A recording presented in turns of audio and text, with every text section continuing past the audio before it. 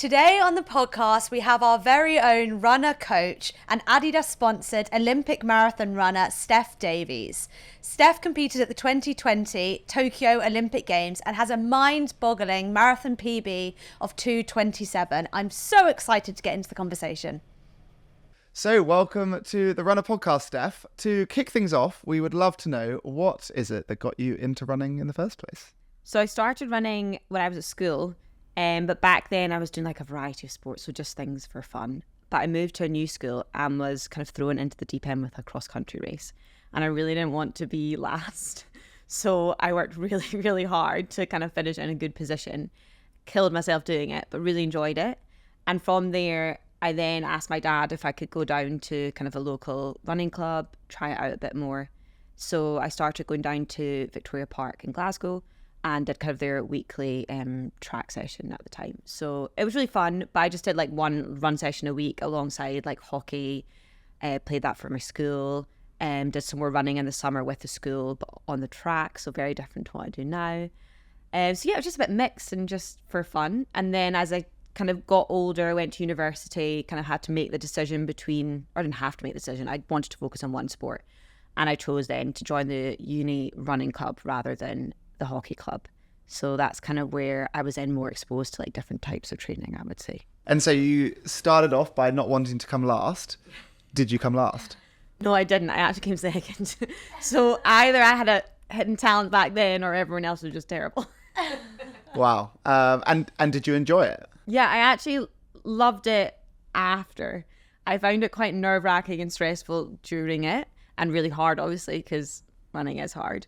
But I mean, I obviously enjoyed it enough to kind of want to do more of it. Yeah. And so you then run through university at the running club? Yeah, so Edinburgh University actually had two running clubs. They had kind of like the athletic side of things, which was on the track, and then they had the road runners. So I did that along with some cross-country running. So it was fun. It was social, great way to make friends at university. And you're not a pro at this point? No, definitely not a pro at this point. I'm still like just going to running club when I fancy it. I was pretty good at going like twice a week. They had like Tuesday kind of speed session, Thursday longer reps. Most of the time I'd go probably quite hungover from like uni nights out, and then just doing the races for like fun. But I was also still going to the gym lots, doing like circuit classes, spin classes, that kind of thing, because I just loved being active. So I probably back then was only running kind of like 30 kilometers a week.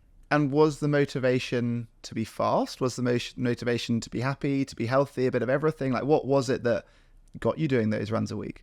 A bit of everything, I would say. I wanted to kind of make friends at uni that were kind of out with people that I knew already from Glasgow, where I'm from. So it was a really nice way to kind of have another group of friends that was kind of my group of friends.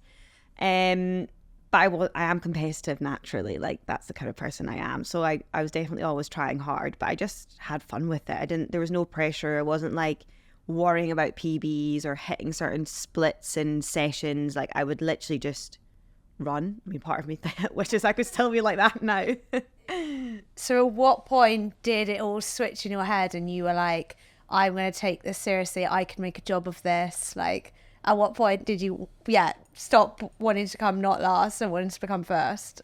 So I'd say it was actually quite a while after that. So I graduated from university, then moved down to London, and I ended up doing, you've heard of it probably, the JP Morgan Corporate Challenge. It's like a big finance race, quite big in London.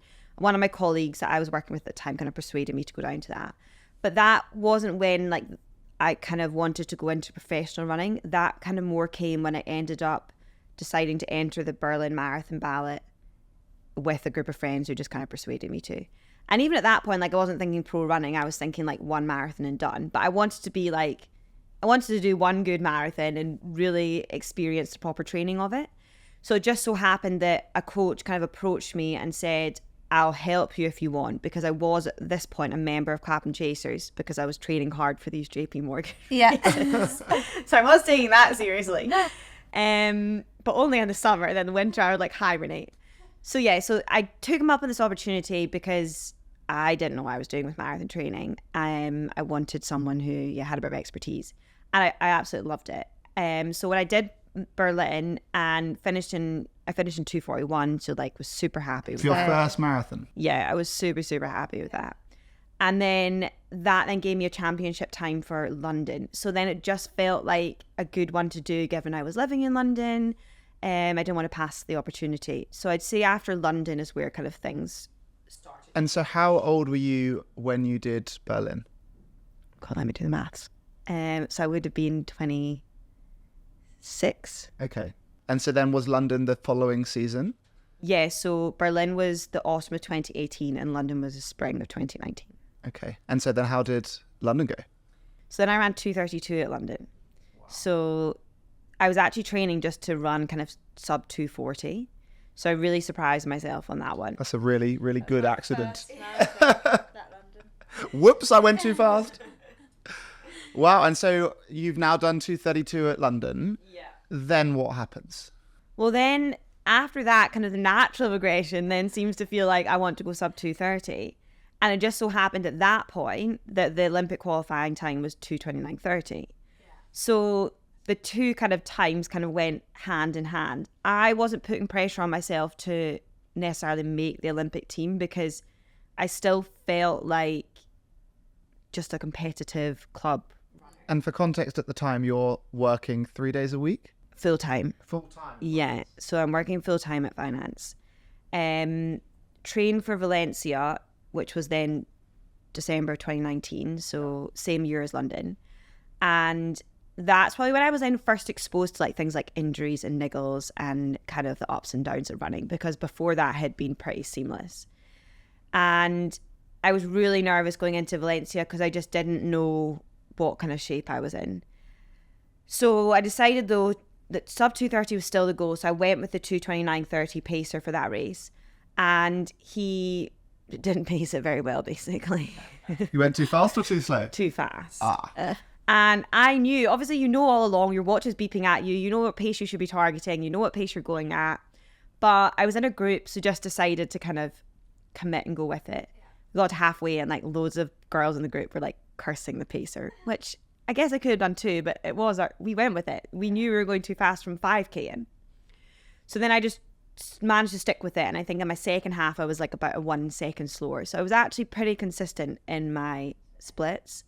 And then that's when I ran a time of 2:27. So not only had I got the Olympic qualifying time, but I definitely kind of was ahead of any expectations of that I'd put on myself. And so this is really quite a short amount of time to do your first marathon, 2:42, to now get to 2:27. Yeah, it was just over a year. And does that almost mean that you felt like you had less pressure because you got so good so fast that you didn't have time for almost your whole life to become a professional runner and then build that pressure on? Yeah, at that point I didn't see any of it as like any pressure. I was just doing it for myself. Like I wasn't going to Valencia thinking I need to run sub 2:29:30 because I need to make this Olympic team. Like I was working full time. Like I had a job. Running was just something I did for fun. Now, obviously, when I ran that time and I was kind of nearly 2 minutes below the standard, that's when things in my mind did start to change, because you're like, oh, wow, like I actually am like kind of in the mix. Like I definitely wasn't the fastest. There was 3 other girls on paper who were quicker than me, but there was a good chance I could make it, because you never know what happens in the marathon. Like, and how are you balancing 5 days a week in the office or remote? I don't know. And no, so this was pre-COVID, so this was all in the office. How are you balancing that with training to be able to run a 2:27 marathon? A lot of sacrifices in other parts of life, which I think at the time a lot of my friends are probably like, why are you being so antisocial? But they're like super supportive and totally get it now. But it was a lot of saying no to things, early mornings. Yeah, my life was early mornings, but you're Steph Davis who loves to sleep. Yeah, now that's kind of changed since I've got more time. But yeah, you're telling me off all the time for my morning cycles. I know. So how kind of like what would a normal day look like? So back then, depending on what day it was, but if it was like a Tuesday track day, I would usually get up in the morning, do a short run, go to work for the day, I'd cycle into work. Then after work, go straight down to Battersea Park, do a track session, come back. So most days it was kind of 2 sessions a day, kind of shortish one in the morning. For me, Tuesday was the only day back then that I kind of double runned. Everything else then I just did cross training or running. And then I'd have kind of one rest day, probably like every 10 days. Weekends, I'd reserved for my long run day because I had more time. But yeah, I did manage to fit it in. I don't actually remember it being, like, definitely there were days where it was quite a lot, but most of the time it was fine. But it did, after I ran the 2:27, then I really wanted to go and see what I could do at the Olympic trials, which are going to be the following spring. I then asked my work at the time if I could move down to 3 days a week. And they let you? Yeah, they were really, really supportive. So now you're training in 2020 for the Olympic trials in the spring. Yeah. You're working 3 days a week. Yeah. And how do they go? They were cancelled because of COVID. So the whole year was then kind of, everything kind of changed for everyone, obviously. But we were preparing for it, and it was only less than a month, I think, notice that we had for cancelling. Obviously, that was out of everyone's control because of COVID. But we basically went into lockdown, and it just wasn't possible to have it. It was meant to be at the London Marathon. So we were then just kind of waiting to see what happened. And I'd ran my last race before lockdown was the big half. And I'd ran the qualifying time for the World Half Marathon Champs. So I was still kind of holding on. Like, obviously everyone at the time didn't maybe realise how bad COVID was going to be and how long it was going to last. But I was holding out that I'd maybe be selected to run the World Half Champs, which are meant to be later in the year. And they did go ahead and I was selected. But then I had to pull out of that because of injury. And that's when my injury struggles started. And then when did the Olympic trials get rescheduled? So they got rescheduled for the following March, and it was a standalone event in Kew Gardens. I used to say at Kew, I remember that happening. Yeah, it was so fun because, well, I had so much time to train because of lockdown. I was only working 3 days a week. You couldn't go anywhere or do anything or see anyone. So it was, I guess, perfect for me that COVID happened at that time because it did give me just time to focus on my running and no other distractions.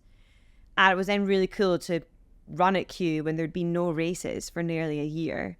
The hype was just amazing. Everyone was so invested in it. It was on BBC. Like, it was a really cool event. Probably my favourite marathon, despite it being like 12 laps. and you won? And I won, yeah. And what so time that did was you do obviously there? fun. So I ran 2:27 again. I was about 30 seconds quicker than I was in Valencia. But I think what I loved most about that race was I wasn't going for any sort of time. I had the time, the qualifying time. So all I needed to do was come top 2. And it didn't matter if I didn't run the time on that day. So instead of chasing a time, you were just marking... I was just racing. You were just marking the next woman. And the group went out at 2:28:30 pace. That's what the kind of majority decided they wanted to start at. And I just sat in it and had one of those days where I just felt amazing, and from halfway pushed on, and I think won by nearly 2 minutes. Who came second? Natasha Cochran. Oh yeah. Yeah, and she just missed out on the standard, which was sad. And for like normal folk, that sounds so funny that you're kind of all racing into each other, but you kind of made a pact on the start line to run aiming for a 2:28.5. There was pacers. Okay, and so you've all asked them to run. They've been instructed. It's been organised by it was Tom Bedford that organised it. He, with the consent and agreement of the athletes, who'd come to this decision that there was going to be a 2:28:30 pacer, and there was a pacer, I think, for around about like 2:32 as well, I think. They wanted to make it more of an event, not just about the Olympic standards. So there was some other runners in there, some great runners.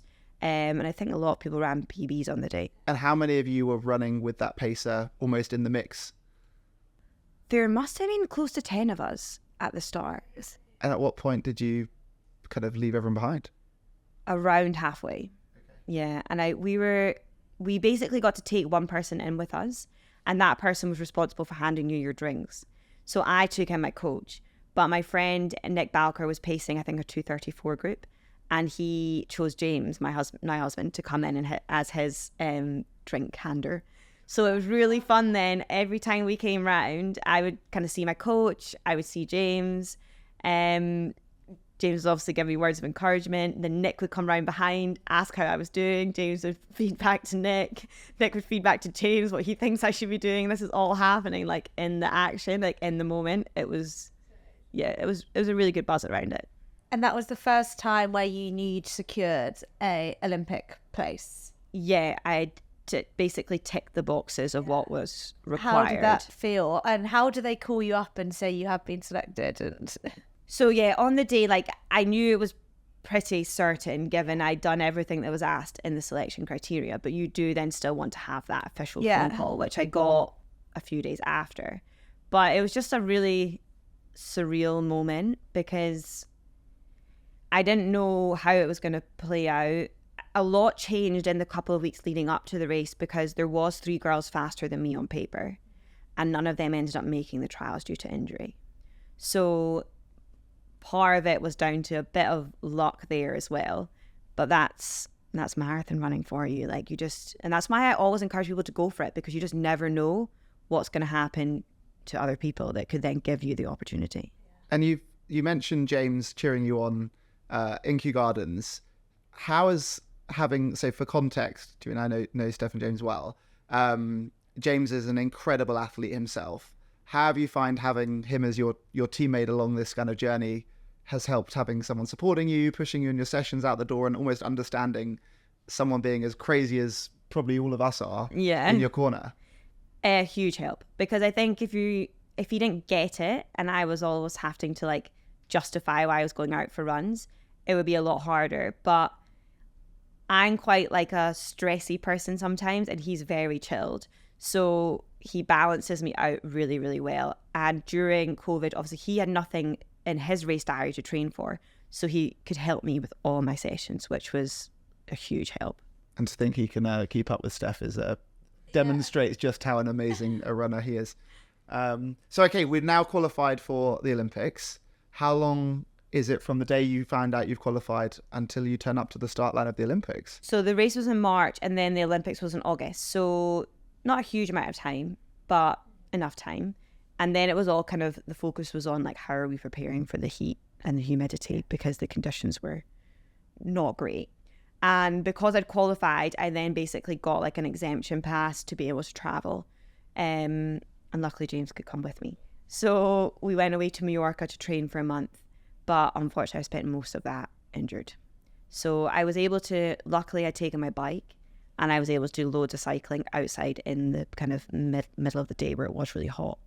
But out of kind of like the 5 weeks I was there, I only ran for 10 days. So it was quite stressful. There was definite moments of like, I'm not doing this. And then I'd be like, this is ridiculous. Of course I'm doing it. It's the Olympics. And I guess cycling has been such a common theme, cycling and cross training in kind of all of your running journey. Yeah. How have you used cycling, and talk us about that? So I'd say like it became more and more part of my journey as time went on, because when I first started, I just did what my coach told me to, and that was kind of a more high mileage approach. And I think because my body was fairly fresh, let's say, because I hadn't done lots of running, I absorbed it fine, but that started to catch up with me and I could feel like niggles and stuff creeping in, and that's when we started to introduce things like cross training. And first of all, I usually did it on the elliptical trainer just because that kind of mimicked more like running, and I didn't have access to a turbo and stuff then. But then when I got a turbo in my own house, it then just became a lot more convenient to do cycling. And then during COVID, cycling was like the only option because I didn't have an elliptical trainer. So that's when I kind of switched over to doing a lot more cycling as part of my cross training. And I really like it. I just find it, it really helps me cardiovascularly, building the strength in my legs. I also quite like the variety of the training. Like if I was just running all the time, I don't think it would give me, I think I resent probably some runs or see them more as a chore.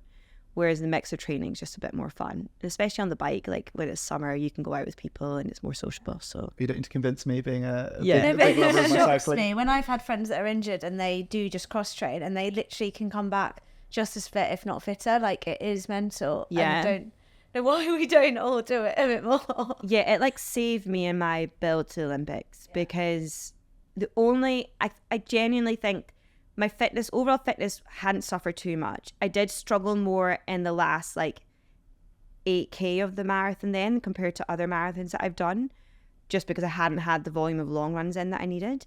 But I honestly don't think that I needed big weekly mileage. The cycling, it's more the conditioning that you need in your legs. Presumably also then the heat and the humidity is also going to mean that's one of the reasons maybe you fade at the end of a hot marathon, right? Exactly, like who knows? And another thing I find quite hard with it is because I've been done so much of my training on the bike, I kind of didn't really have an idea of what kind of shape I was in. And then you throw in the heat and humidity and you're like, I have no idea what pace to start at. Like this. So I just kind of said, oh, I'd really like to run sub 240. So I'll start off at that pace and see how it goes. And how did the Olympics go? Good. Like it went well, all considering. And I wouldn't change the way I executed the race. I kind of was saying to my mum the week building up to it, I was like, this is kind of roughly my plan. I'm going to start off slow. And she kind of pointed out to me, okay, that's a good plan. That sounds good to me. But you're going to have to probably be prepared that like you will be at the back. If you're doing that and you're being really sensible, like typically most people kind of go off quite quickly in a race, especially something like the Olympics. Especially when you start earlier and it's cooler as well and you aren't familiar with the conditions. So that was actually really helpful from her because then it allowed me to visualize everyone running away from me at the start before I'd got myself into that situation. And I did just that. I let them all go. And I think when I went through the 5K tracker, because my family were all home like tracking the tracker religiously, and I was honestly about like second last. But I just like moved through the field. Every 5K it was coming up in the tracker and I was just moving through. People were dropping because of the heat. And I ended up finishing 38th out of like 90 runners. So in the top half just. But I was really happy with that, given my build. I wasn't expecting to go out and compete and get a medal. I just wanted to do as best as I could, and I did that, and I finished in a not. That's pretty amazing. It's pretty amazing for someone doing like, doing maybe one day that's like, the goal. Yeah, speaking to like an inspiration though, like a role model. Like, of course, I want to do everything you've done. At that point, were you with Adidas yet? Or was that after the... So I signed with them literally when I was in Japan just before. So my agent was in conversations with them for quite a while, basically since the trials. But it wasn't until like the week before the race that I actually signed the contract. So yeah, that's when that all started. And then, officially, I guess I was a professional runner. And were the Olympics like everyone imagines? Obviously, you did it in the COVID year, but like, how did it feel? Like, what was the surrounding days like, and what was the kind of race atmosphere like? Yeah, I guess I have nothing to compare it to because I've not been to Olympics before. I definitely think COVID definitely changed things. We weren't really allowed to go out and explore. We flew out 2 weeks before our event to adjust to the time difference, etc. But we were basically confined to a hotel. So you couldn't just leave the hotel and do what you fancied. You could only go out for your runs at certain times with a chaperone. In fact, we were driven somewhere to go for a run. It was really, really strict. So that definitely tainted things. I didn't have like this fun experience where you feel like you're getting to know a new place. But in saying that, the timing of my event, I guess, was pretty good in the sense that we finished the second to last day, I think it was. And you had to fly out, you had to leave the country within 40 hours of your event. So we then got the opportunity to go to the closing ceremony, which was amazing. So I did experience some atmosphere, I guess, but I imagine in non-COVID times it would be a lot more exciting. And I guess your life has changed a lot since running the Olympics. Yeah. And at some point, Runna comes into that. Yeah. How did your life change coming home? So came home, I was still working at Lazard in London. We then made the decision, James and I, to move out of London. And at that point, I decided to leave my job in London. And I was doing, at the start, during COVID, I'd started doing some one-on-one coaching with people to kind of help them during lockdown. With gyms and stuff closed, it was pretty hard for people to have the motivation to train. So I was kind of doing that as like a little bit of a side hustle and really enjoying it. So when I left London, I then decided to kind of focus on that full time. But I also had Runna simultaneously going on as well. Yeah, so for context, and you obviously followed Steph's journey, saw doing all of these amazing runs happening. I think Runna, we must have launched. So we launched in March 21. So that's similar time. Yeah, so I met you round about the October, November. Yeah, so a few months into... And then started in January. Yeah, so a few months into Runna having got started, we thought, how can we take this up a notch? And who would be a better place and knowledgeable expert in the industry, and at the same time being based in London. And given that you're working 3 days a week, we met in a coffee shop, managed to convince Steph that this crazy small project at the time was worth you spending a bit of time on. Yeah. And then January the 1st, 2022, you joined us for a few hours a week.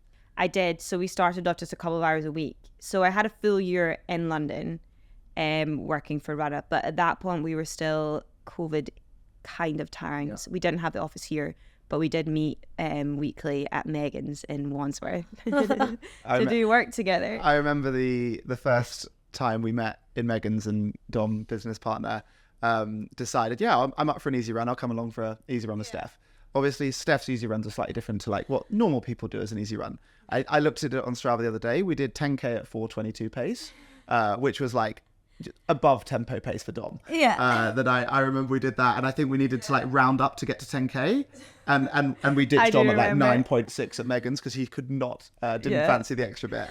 You and I were like going off and down. He was like, see ya. And so that was, I guess, the first year of your work, kind of all on the coaching side, helping us make these coaching decisions, informing the automated engine that's setting everyone's plans today.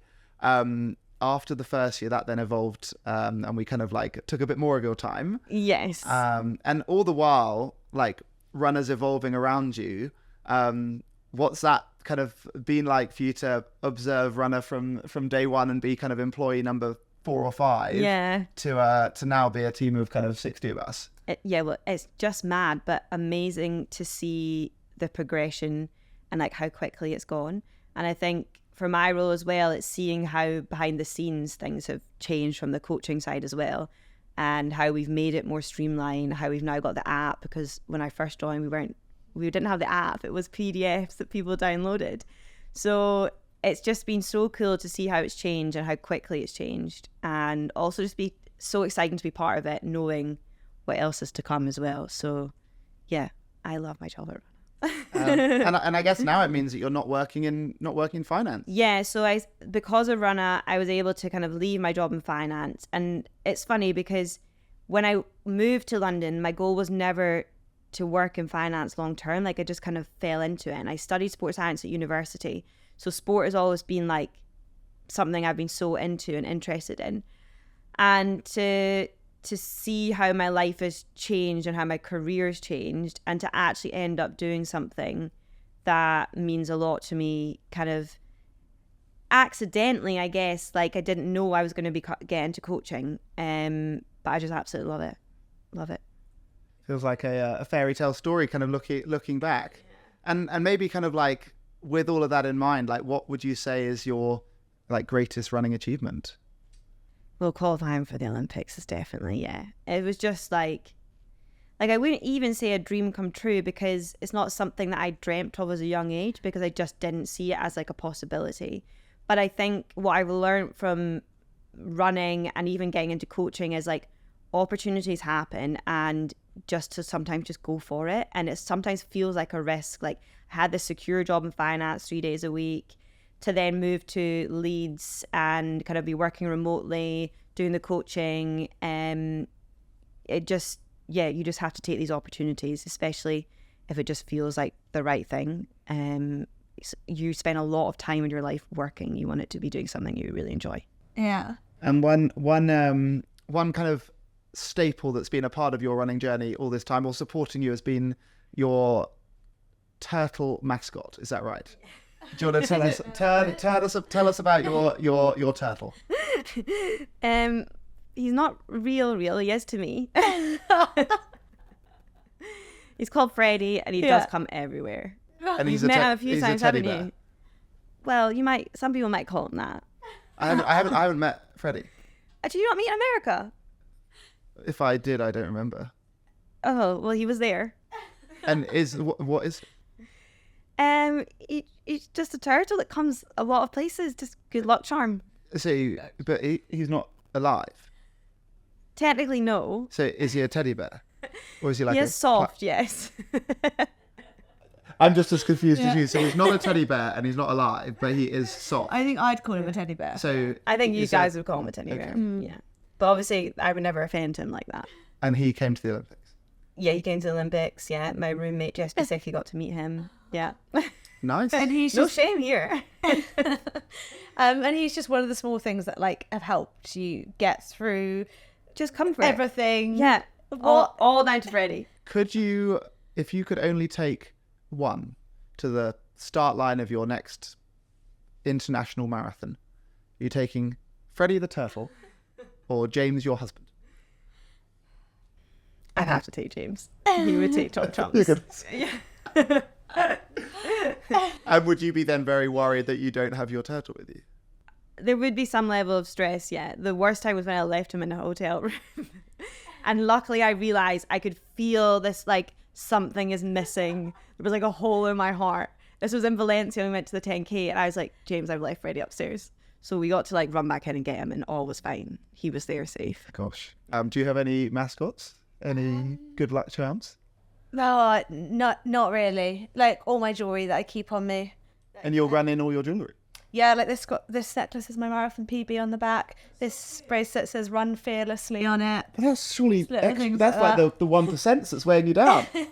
Well, I actually wanted to ask Steph about like her mindset and like those 1%, and just selfishly for myself ahead of like London Marathon. When it does get tough, what do you think about other than Freddy? I think it's just trying to stay relaxed and like in the moment. I always just am like taking 1 kilometer at a time. For me, I've always broken down any races as to when I'm going to have like my next gel. I know it's not that exciting, but I find if I look at like the big picture, sometimes I've got like 20k left or 15k left, it can feel quite daunting. But if you're just trying to focus on the now, and if for races like London Marathon, Valencia Marathon, like the atmosphere is so good. So I think it's just tapping into that as well and like using the energy around you. But I think for me, the biggest thing that I find helps my performance is being more relaxed going into it. So it's doing what you can in the week of the race to kind of focus on what you can control. So like just be super organized, have your race plan like to a T in your head. Like don't leave anything unturned. So when you're starting on that start line, you're not even thinking about what you're doing. It's just like automatic. And that just helps kind of like calm my nerves, because then I'm focusing on like a process that I'm trying to carry out rather than like getting too stressed about splits and times, and you're just ticking them off. Amazing. Right, well, we are going to move forwards from our more sensible conversation, getting to know Steph and your journey, to a slightly sillier a few fun questions. But before we do, we're going to cut to future Steph, who's going to tell us our coaching tip of the week. My tip today is to ensure you have a mix of both high intensity training in your running plan. This is the best way to see improvements. Interval training involves running for shorter amounts of time at a faster intensity, and this will be balanced out with lots of easy running, which is great for your recovery and help improving your endurance. If you're new to interval training, try this session. It's 4 to 6 reps of 400 meters with a 90-second rest, and this should be done at 5k pace or slightly quicker. And remember to warm up and cool down too. Well, thank you very much, future Steph. We're back with our very silly questions.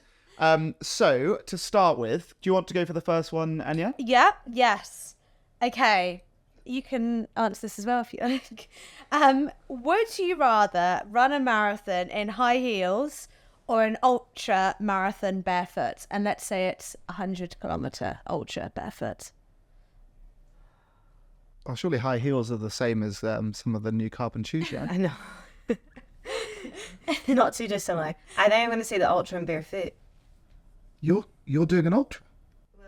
I'm learning so much about Steph that once she got up early, I just for context, if we've ever tried to get Steph on a meeting in the last 2.5 years before 9:30, it's immediately no, to the point where on a Monday, a meeting that we no longer have anymore, we used to have a morning check-in at 9:15.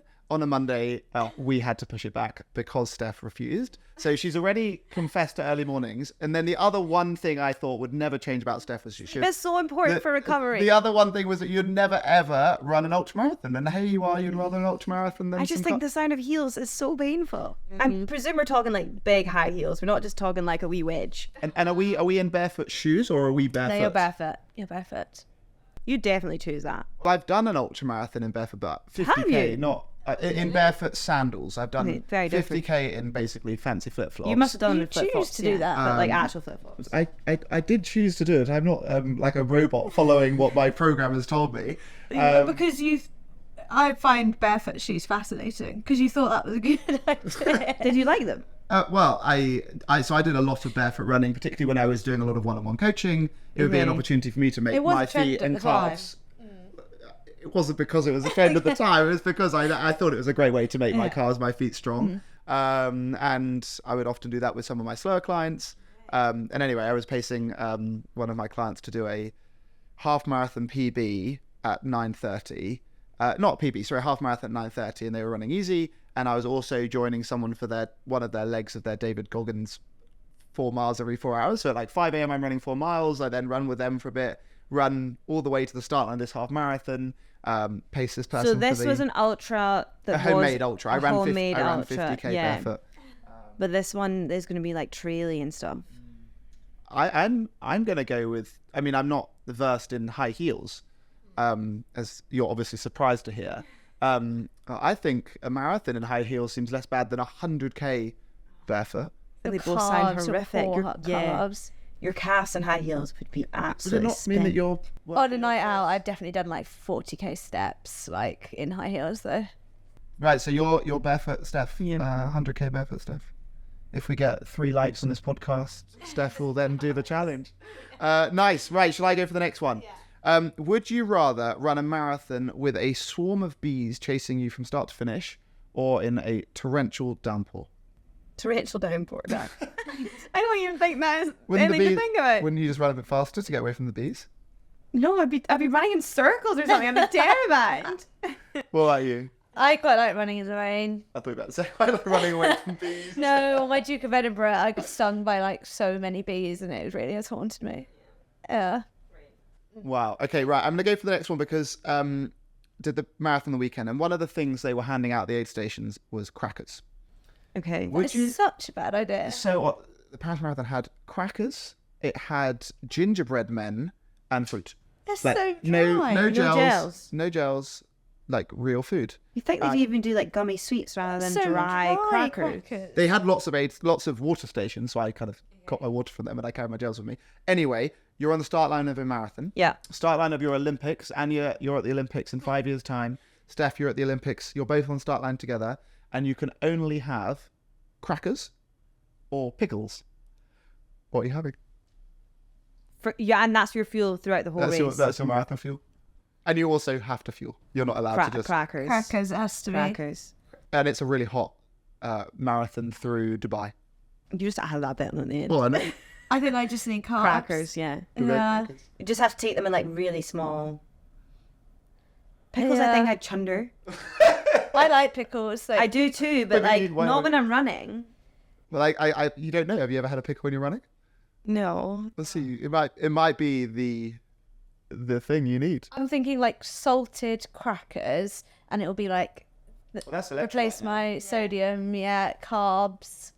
Okay, right. Well, unanimous. Do you want to go for the last one, Anya? Yes. Okay. When you're running your next marathon, you can only listen to one song on repeat the entire time. Is it Eye of the Tiger or The Final Countdown? Eye of the Tiger. Yeah. I'd only want the final countdown like right at the end. It would Feel be. the It would start be a bit and odd, there's yeah. doing the final countdown. I'd be like, liar. And then also, by the time you hear the final countdown at the end, it then probably loses It's its oomph, doesn't it? Yeah. Eye of the Tiger. Yeah. Okay. You know, and you see signs at the beginning being like, only 26 miles to go. Yeah. You're like, great. Well, it is the final countdown. You've done all your training. That's true. Yeah, it is the last bit of the puzzle. Anyway, hopefully we don't have to do a marathon eating pickles in high heels, listening to the final countdown over and over again. We are going to share one of our funny, embarrassing stories that one of our runners have sent in. If you'd like to share your embarrassing story for next time, then please send it in to podcast@runner.com or send us a voice note on Instagram. And Steph, forewarning, we're going to ask you your most embarrassing story as well. So you can think about that while we're sharing this one. Do you want to read this one out, Anya? I can do. We'll keep it anonymous. Okay. I'm out for a run with my daughter in beautiful, albeit rainy, Richmond Park. Now, let me tell you, this park is like a muddy obstacle course on a good day, and with the rain adding an extra layer of fun, it was shaping up to be quite the adventure. As we're cruising along, we come across 3 massive puddles that my daughter's legs just couldn't conquer on her own. Being the supportive parent I am, I decided to lend her a helping hand. But what a mistake that turned out to be. Now, just as she's about to take the leap, I reach out to assist her, and I completely misjudge my own footing. Next thing you know, we're both nosediving into the heart of this ginormous puddle, with a solid 2 kilometres still to slog through to get back home. Let me tell you, there's nothing quite like the feeling of being soaked head to toe in muddy water, laughing hysterically while trying to salvage what's left of our dignity. Have you ever face planted on a run before? I've fallen over in Clapham Common, and it was like right outside an ex-boyfriend's house, and it was just when my Instagram profile was starting, and I ripped my favourite leggings. I just remember being like, I really hope no one's seen this. I really hope. Was he an ex-boyfriend at the time? Yeah. Oh, okay. Yeah. But I used to like run past his house purposefully. Let's hope he's not listening. And if you know Anya's ex-boyfriend, send this podcast to all of them. Did you ever bump into him on these runs? No, but I have since. And is that what got you into the start of your running? Just to something like make that. your ex-boyfriend jealous? Something like that. I have also face planted in Clapham Common doing the park run. It was during the start of the park run. I don't know if you've done the Clapham Common park run. Yeah. And it's really like twisty and turny as you take a left at the start. And there was a dad and a buggy going the other way. I dove out the way, fell over in the mud, and then got up and somehow made it my fastest K of the race, and came third. What about you, Steph? Let's hear your embarrassing. So mine's definitely embarrassing, not with like a funny tone at the end, well, maybe for other people. So I've never face planted on a run, but I did Oxford Half in 2019 and really, really wanted to run sub 73 was my goal. This is when you know someone's a pro, because they use that minutes, not hours and minutes. So that's 1:13 for like normal humans. The conditions were like horrendous, so it made it hard to get the time I wanted. But I crossed the finish line in absolute floods and floods of tears because I was so disappointed with my time. But I had won the race by quite some time and got a good pot of prize money. But I didn't care about any of that. I was so upset about my time. And what time did you do? I did like 73 mids. So you were 30 seconds late. I was about 30, 40 seconds after. That is does it make you think about crying again? Just really. It makes me think, like, honestly, the amount of tears was next level. It's so All dramatic. afternoon. So dramatic. That's really embarrassing. It's really embarrassing. Yeah. Well, Like, so ungrateful. what? Yeah. So it has taught me to like just chill out a bit and like it's not all pretend that they were time. happy tears. Yeah, unfortunately. How did the post-race interview go? It was brief. It was It was pretty- yeah. I was like having a tantrum. The same question we like to leave all of our guests with at the end of every podcast, and we don't like to warn you, so you can't prepare your answer. But you're on the start line of your next marathon. You're completely naked, and you can bring 3 things. What are you bringing? 3 things: sports bra, pants, and my running shoes. Any gels? You're not putting it on Strava? How are you pacing? No, I'm just not going to not be naked. Is that what you would have worn for the marathon at the Olympics, I guess? That and a watch? You That saw and a much watch. more. Socks, Yeah, maybe. Socks. That's quite a pro answer. Yeah. Well, you've missed a trick. I'll be underfueled, but we'll cross that bridge. You You hope there's someone. You wouldn't go for a swimsuit, and then that way you've got a spare item. Yeah, maybe like one of those onesie things, Yeah. trainers and a gel. A gel. Yeah, I'll take a gel over Just my one watch. gel. Well, I can only take 3 things. Would you not take like a big gel, Yeah, the biggest gel I can find. like a water bottle of gels? Yeah. Yeah, water bottle. I did empty lots of gels into it. Okay. Yeah. Thanks Okay. for This is now tips, getting Ben. like quite a pro outfit. You Then couldn't you get got to like. carry it. You got to carry that big water bottle filled with all your gel. Would you rather that or no gels? Probably rather carry it. And what trainers, just being nosy, what are your marathon trainers at the moment? Adidas Pro 3s. Yeah. Nice. Well, there we are. Tune in to see Steph running a marathon in swimsuit with a big bottle of gels and her Adidas Pro 3s. Thank you so much for coming on the podcast, Steph. And thanks for having me. It's been fun. It was amazing.